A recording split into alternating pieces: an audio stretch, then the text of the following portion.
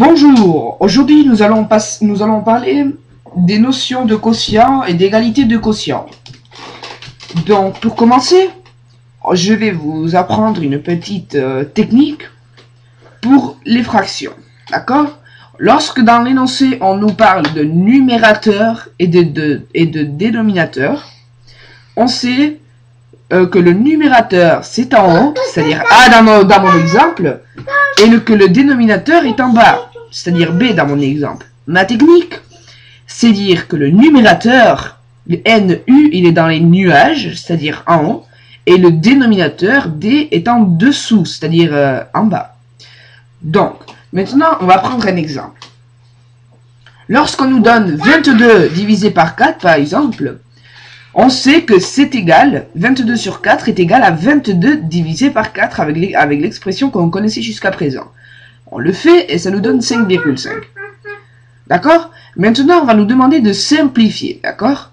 Donc, pour simplifier, par exemple, 42 sur 56.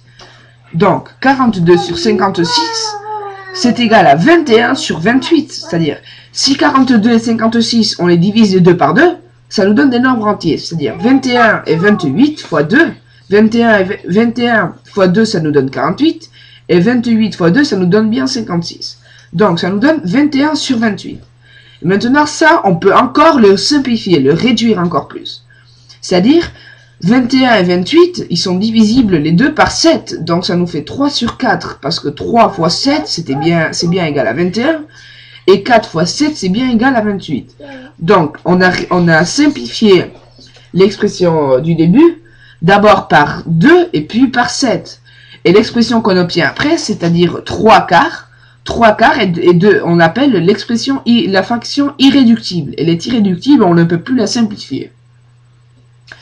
Maintenant, des fractions avec des nombres décimaux. Par exemple, 24 divisé par 0,8. Ça nous donne 24 sur 0,8.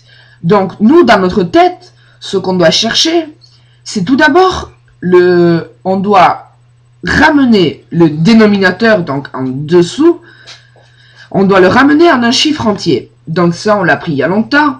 0,8, pour que ça devienne un nombre entier, on doit le multiplier par 10, c'est-à-dire bouger la virgule de 1 vers la droite. Ça fait 0,8 fois 10 qui vient égal à 8. Mais comme on ne peut pas multiplier que le dénominateur, on sait qu'on est obligé de multiplier le numérateur et le dénominateur par les mêmes chiffres lorsqu'on veut multiplier que 1.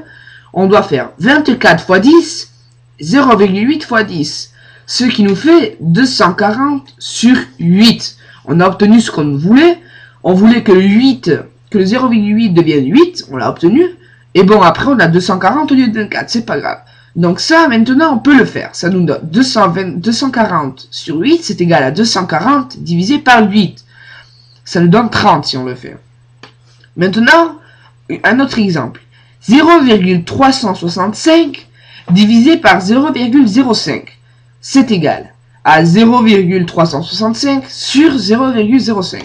Encore une fois, on cherche à ramener le dénominateur, donc en dessous, en un chiffre entier. Donc, on sait qu'il faut bouger la virgule de 2 rangs vers la droite. Donc, on a multiplié par 100, vous vous rappelez? Donc, ça nous fait 0,05 fois 100, ce qui nous ferait 5. Et après, 0,365 fois 100 aussi, parce qu'on ne peut pas multiplier l'un des deux. Donc, ça nous fait 0,365 fois 100, ça nous fait 36,5. Et 0,005 fois 100, ça nous donne 5. Et 36,5 divisé par 5, ça fait bien 7,3. Nous avons appris donc à simplifier, la ramener en une fraction irréductible. Nous avons appris à diviser par des nombres décimaux. Donc on sait que le dénominateur, on doit le ramener en un chiffre entier. Et la petite tactique pour le numérateur, le nuage, et le dénominateur en dessous. Merci.